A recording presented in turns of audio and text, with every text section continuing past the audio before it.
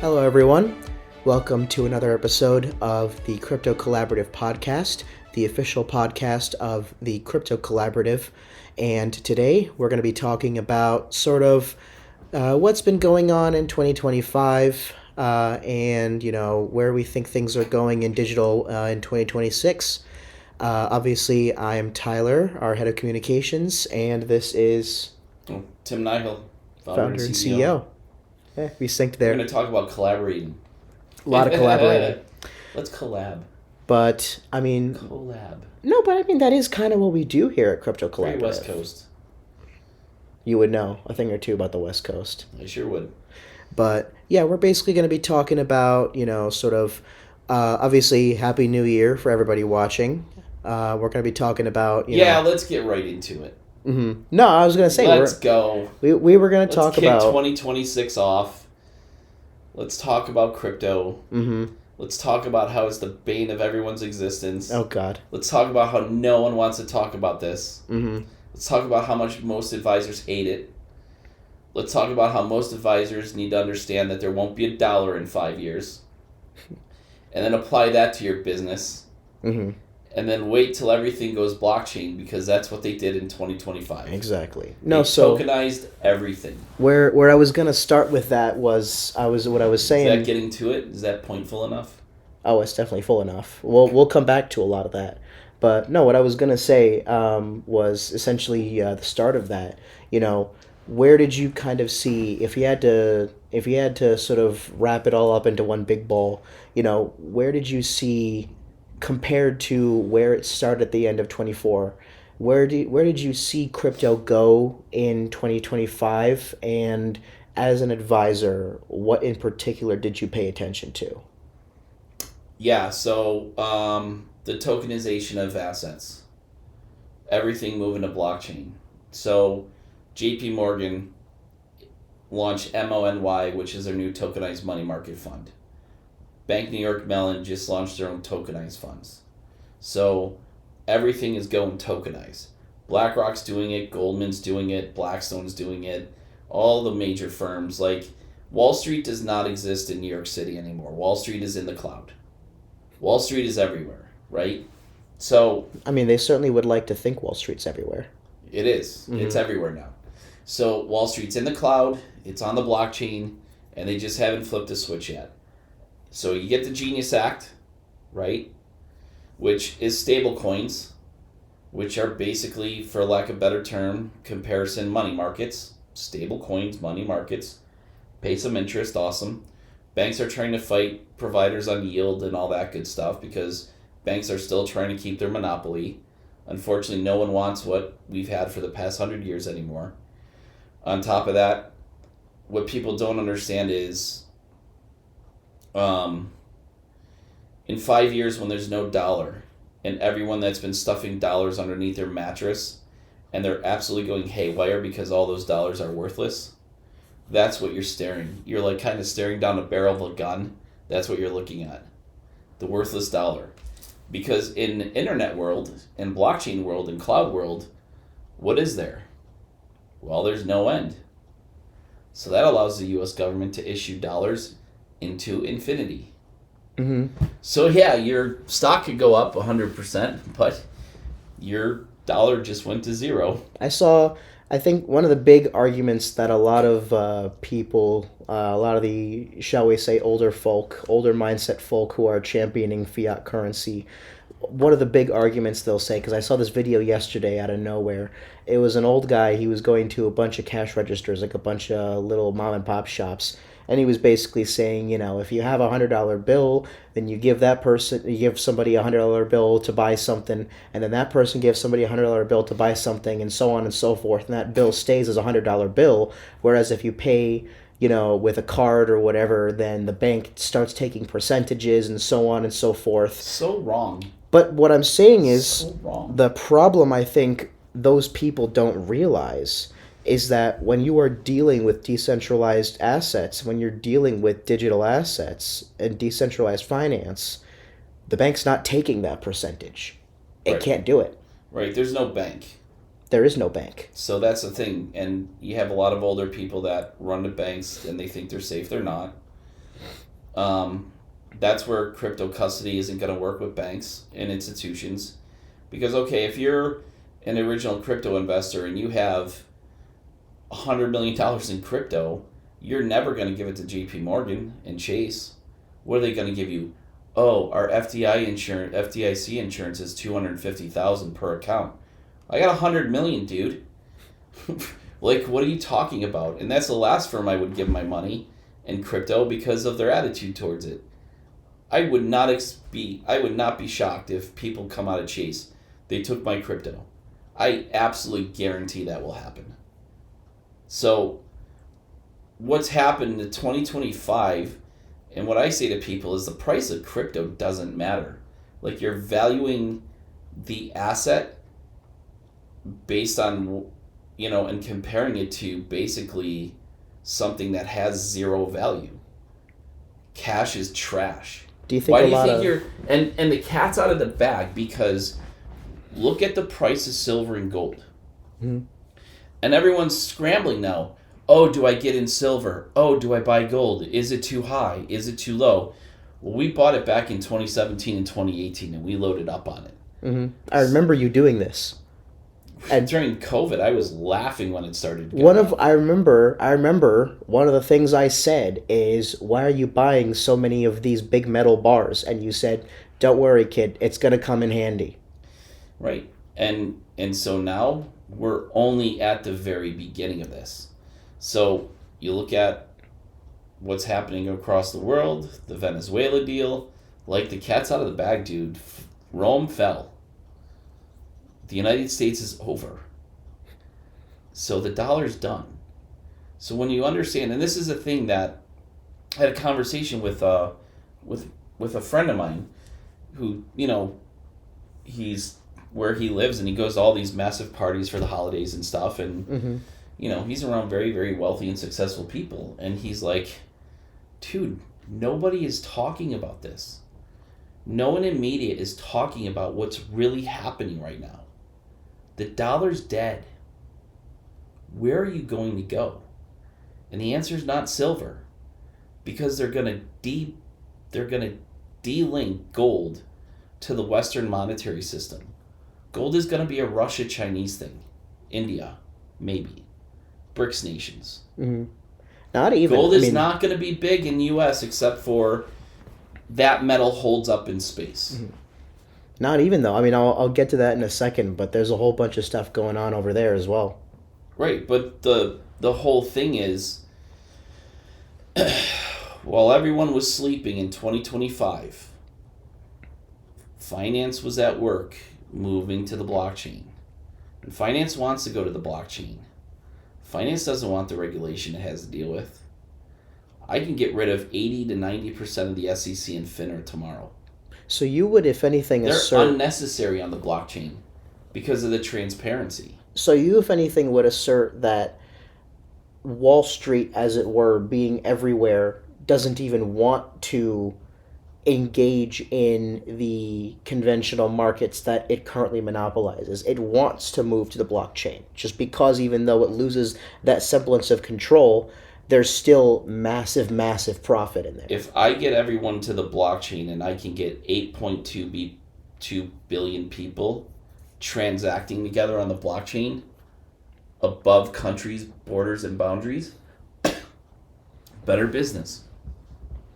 So at that point, control doesn't even matter. No, but control, and this is really what the initial intent of the regulatory agencies like FINRA is. They're SROs, so they're supposed to be self-regulatory organizations. I don't need to regulate anymore because I can have a computer do that. Oh, no, I meant in the sense of Wall Street and its influence on society. Like, obviously that's never going to go away, but in the sense that it doesn't need to be as pervasive because the profit opportunity is so huge that it won't even matter as much. Yeah, it's the opportunity in the tokenized world is much bigger. Why do I need to mass control people when I'm making tons of money anyway? Well, it's more effort. Yeah, but they don't care about control. They care about money. It's money is what the holy grail is. So when you go to tokenization and you get to a world where it's B2B, peer-to-peer, lightning fast transactions and settlement, the amount of overhead you eliminate is insane. Like, I think about my days at BlackRock, right? If you were to move to this technology across the entire investment complex, I could probably get rid of 75 to 80% of my employees. Think of the overhead, Mm-hmm. right? And if you look at like Mark Moss is out there talking about the new way that people are valuing their businesses with crypto as treasury and the utilization of AI, Mm-hmm. everything has changed. So 2025, I would say, is the year tokenization happened when no one was looking. And 2026 is the year when shit hits the fan.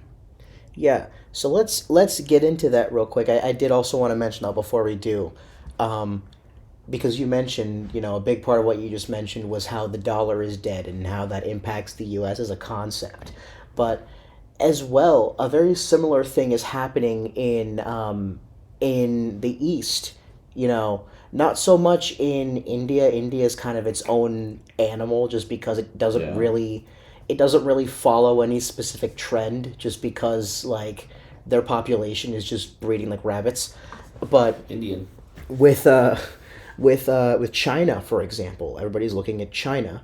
Not only are a lot of markets using DeFi and digital assets and digital currencies to get around the so-called Great Firewall, to the point where there are literally Communist Party officials who are just joining in because it's so pervasive they just can't help themselves. But like China as a whole, I mean, I've seen papers to this effect and I've seen videos and articles to this effect. The data is there, it shows. China is currently, people have been talking about, oh, China's in a bubble, China's in a bubble, the bubble's gonna pop, stuff like that.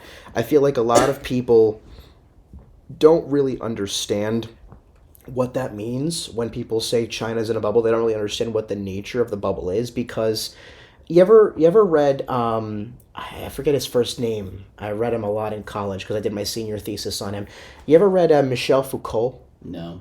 He's a French scientist, and basically his whole ethos was in what we call biopower. So basically, measuring power, and the organization of society in terms of human capital, in terms of power Yeah, over yeah. life and death. Yeah. And essentially, what we're seeing is China is up shit's creek when it comes to biopower, because their entire thing right now, and that's why they're frantically trying to, get away from becoming the world's factory. Because right now, their entire thing is mass manufacturing. But what they're essentially doing is they're trying to get away from that because they have a massive aging problem. I Yeah. don't know if you've heard of this, but they have a massive, massive aging problem.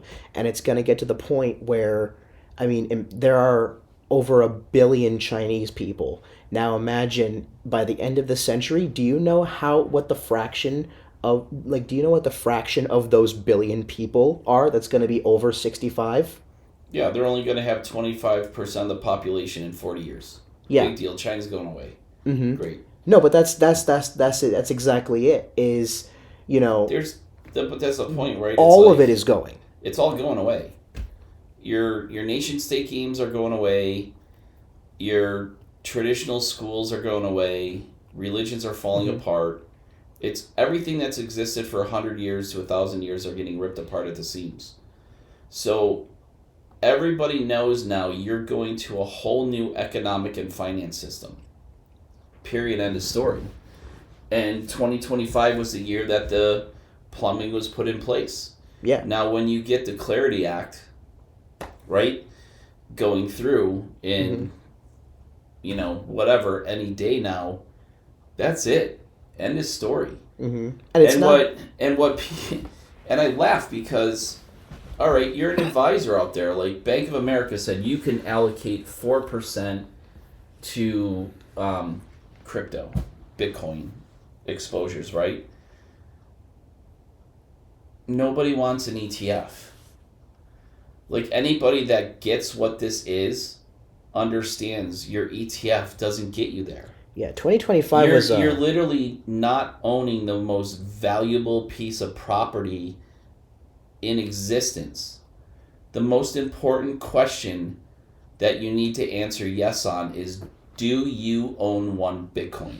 If you're an advisor, do your clients own one Bitcoin each? Because 2025 was a big year for this company is creating this new ETF and this cryptocurrency and so on and so forth. This new ETF, that new ETF, and crypto news sites would go insane about like, oh, this new ETF is opening and all that. And every time we would just say, but it's old financial planning, it's old asset allocation. Yep. And if you look at Tony Robbins' new book and what he's doing, he's going around dumping on financial advisors and financial planners, because at the end of the day, they all run money the same. And on top of that, he's also going to crap on the 401k markets. So if you're an advisor out there, and we're meeting with them, we're meeting with a lot of people that are coming to us because they know they have a business problem. They're coming, dude, we know what we do is kind of bullshit now. The dollar is trash. I don't know where to run to, but I know my business is in major, major trouble. Major trouble. So adoption, by the time these major firms adopt to what really needs to happen, you're going to lose your clients, your best clients. And I don't even care about the older ones. I'm talking about the next generation. Because you have, the next generation is going to inherit the assets because we're going through the biggest wealth transfer of all time. And they're going to look at the advisor and be like, you didn't buy my parents' crypto. Why? Well, I couldn't. I could buy them an ETF. Really? There are more young millionaires made today than in any time in history. And they don't want 60-40. And they don't want diversification. And they don't want financial planning. They don't want a house. So the whole thing is falling apart. But what we're trying to find and help people with is okay, first and foremost, how do you get into this space and learn it? Because it's not like you could just hire people that know this and fit them into the advisory firm. There aren't many people like us out there, right?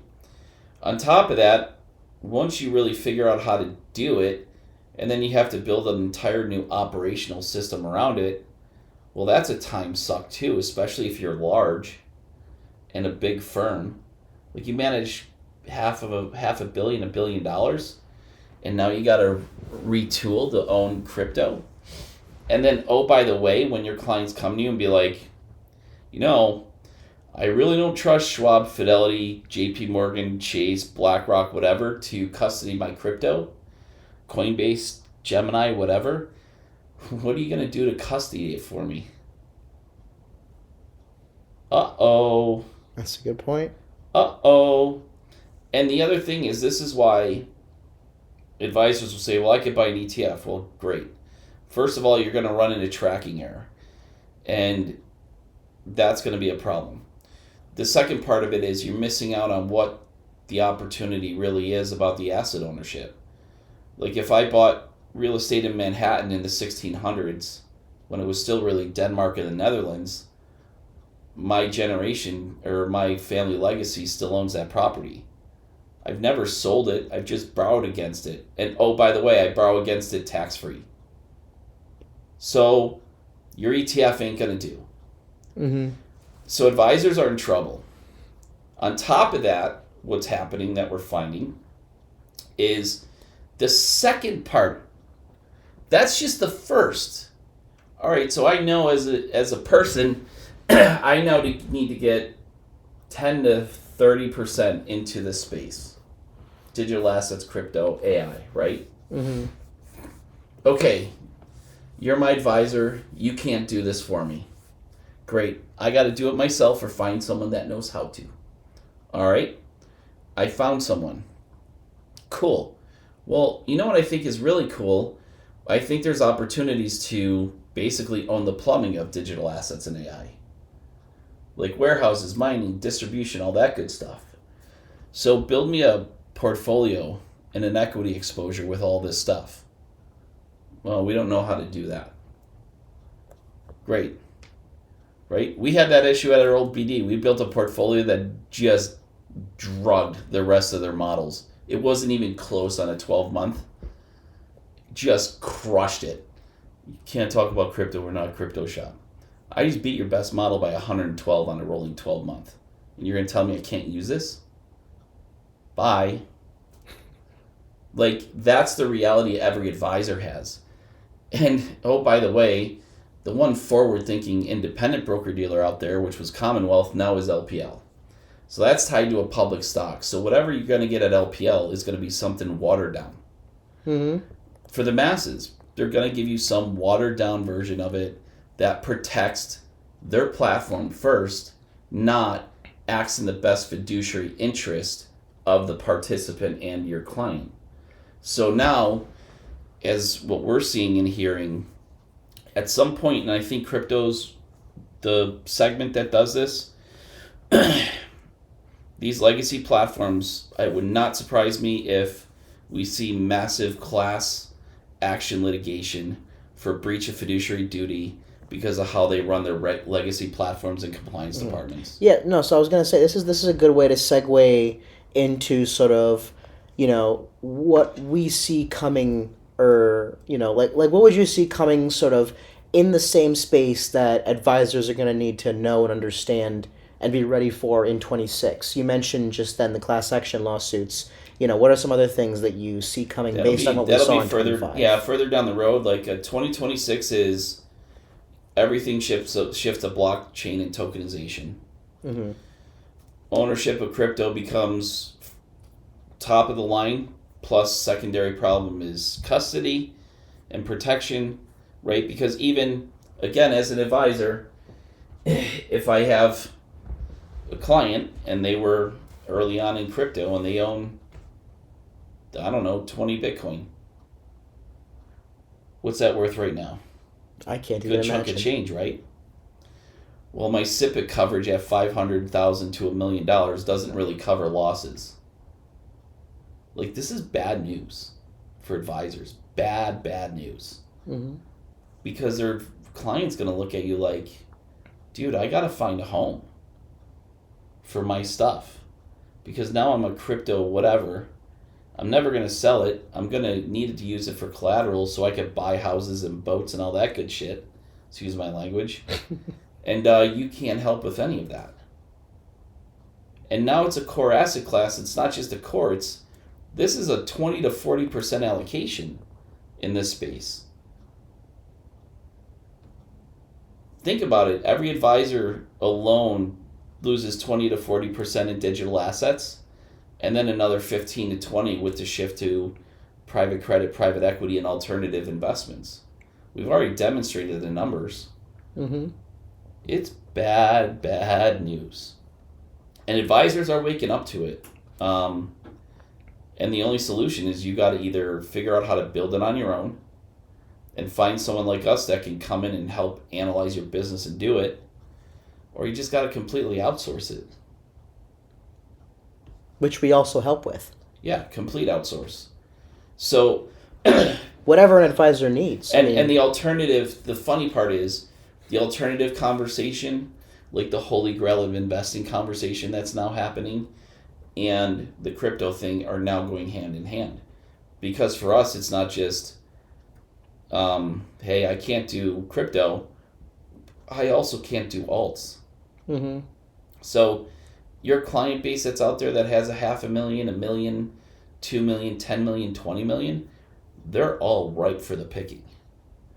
And the funny part of that too is what people are starting to learn that have been at the traditional big shops, the Morgan Stanleys, the Merrill Lynch's, which is now BOA, etc.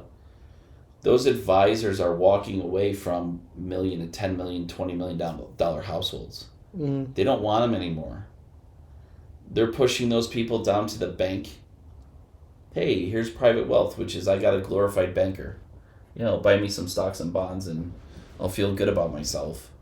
But they're now sitting looking at 80, 100, 200 million plus. Like they're not coming downstream. So now it's opening this gap of service between the mass affluent and the high net worth and getting into the ultra high net worth. Mm-hmm. They only want to do uber high net worth institutional family office and up now.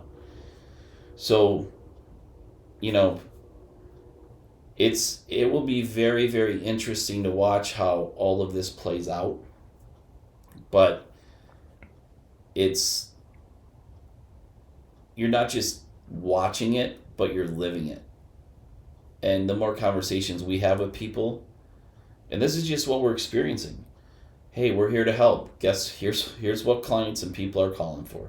Mm-hmm. And it's only just begun.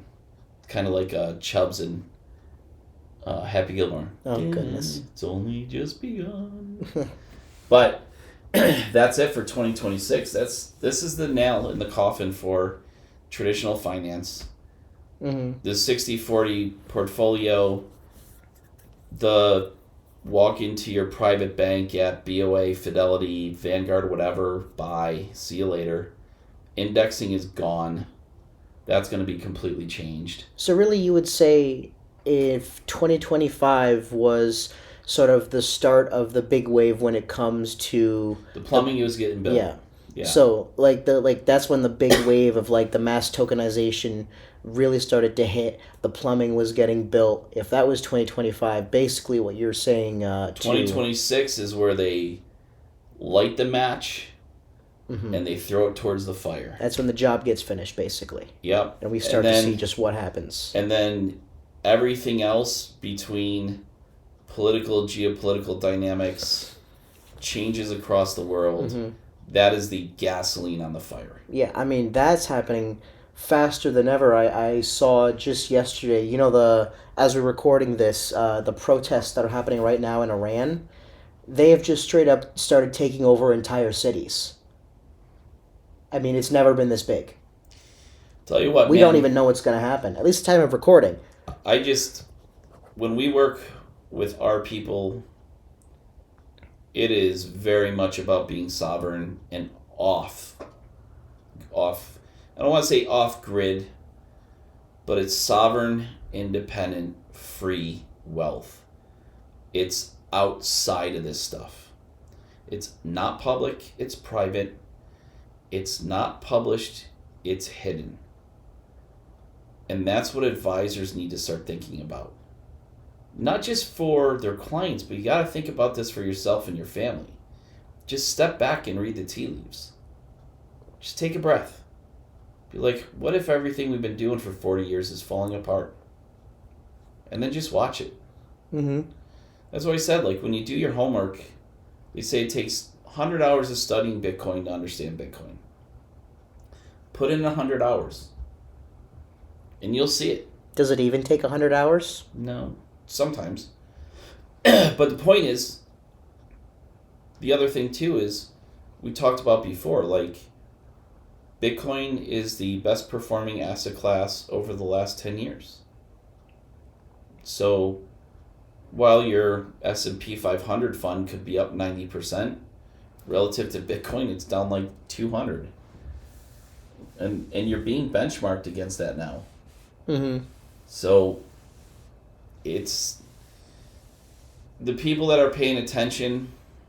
I think it's twofold, honestly, because there are firms out there that, I mean, people like us are really few and far between. So we're going to have a problem with dealing with capacity sometimes. But luckily, with the new technology we have, that's not going to be an issue. Mm-hmm. As much as this would have been with a transition like this 20 years ago. There's one more question I want to ask you as well on that note. I guess something, a good place we can conclude on, new technology.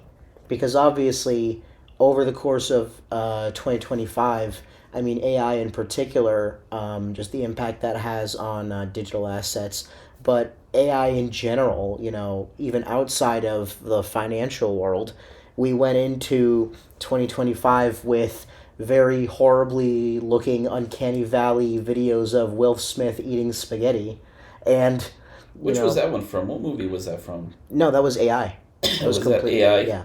But now, I mean, now we're like entire games and movies are being generated in AI, and there's voice acting that's generated by AI, and it's extremely detailed, and literally you have to like go into the root code to even spot that it's AI because it's Yeah. so realistic. Like, It's and it insane. only happened in a year. Where do you like? But that's just AI. That's just one example. You know, and Here's obviously, there's all the applications of AI in finance. But I guess what I'm asking is, what technology have you seen that's developed, or what technologies, I should say, that you've seen that's developed, over the course of the past year that are really going to continue developing on an exponential way in 2026? And what are some technologies that you see in 2026 that you think are really going to start to take off this year? Well, here's from one of the top venture capital firms that just got back from Shanghai Artificial Intelligence Industry Forum. Mm-hmm. Major points. AI and Bitcoin are emerging faster than anyone expected. Okay, great. Bitcoin will create a decentralized economic system. There it is. Robots and AI will work alongside humans. We knew that. They'll earn micropayments for labor and won't accept dollars or any government currency. So Christine Lagarde at the EU, bye. Kind of happy to see her go. They'll be taking micropayments digitally and will become all part of the social economy. So it's a point of view perspective, right? Mm-hmm. Walk me through what that means, the social economy, because I think a lot of finance. Social economy is very much based on everybody is peer to peer. There are no middlemen anymore. Mm-hmm. So if I want to transact, for example, with someone in Shanghai and I want to, I don't know, rent an Airbnb, for example, well, I'll just send them Bitcoin for my rental. It's a click of a button. Contracts are already generated by AI. AI facilitates communication, locks it up, stored on the blockchain. There's our agreement. I now have my Airbnb done. I can transact with anyone across the world without interference. And anyone tell me what I can and cannot do with my money. I mean, think of all the banks that we ran into over the years when we would try to send money to our crypto accounts, would tell us no, would block our wires. Fraud alerts, all Fraud that alerts. stuff. Like, the fact that banks in America get off thinking they could tell people what to do with their money, to me is insane. And it's probably even more insane that it's widely accepted. Like, we talked about, my friend, the restaurant owner last year, she couldn't take $20,000 worth of cash. And the other thing, too, is when you look at it in the European Union and abroad, for Christmas this year, the EU came out and said, congratulations, all Europeans, you now get a central bank digital currency for Christmas. We're rolling it out next year. By the way, you can't do any transactions over like €1,000 without approval. Think about that. So basically, the most cautious, skeptical rollout of a digital currency. Oh, ever we're preventing released. money laundering. Oh, please. Like, the EU is toast. And everyone in the European Union and every citizen resident is going to go to Bitcoin as a big sayonara to the EU. Forget Brexit, it's going to be exit all of it. You won't have to worry about it. The Germans are going to be fed up with it. The French, even if the people are still living there, are going to be fed up with it. The Irish already hate it, and you don't want to upset the Irish. England, who cares? Because they were so... They've already left. They're done. They're gone. Like, London's a hole. I would never go there. Scottish, whatever, who cares? No offense. But the Netherlands, Scandinavian countries... You want to say that part the again? Polish... Listen... I don't want to deal with the Scottish, no offense. I want my cow. That's a debate for another day. It's a cow-Irish reference. But the whole thing is, across the board, when you're looking at this from an advisor perspective, you're realizing that the entire monetary system that is in place is going away. It's getting replaced. And think about this too, in the United States, the conversation is wiping out $38 trillion worth of debt by moving everything to blockchain and going to crypto. Mm-hmm. Bye, boom, 38 trillion gone, wiped out. So here's the thing we can conclude on then.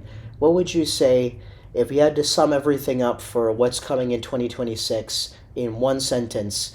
What should advisors look out for?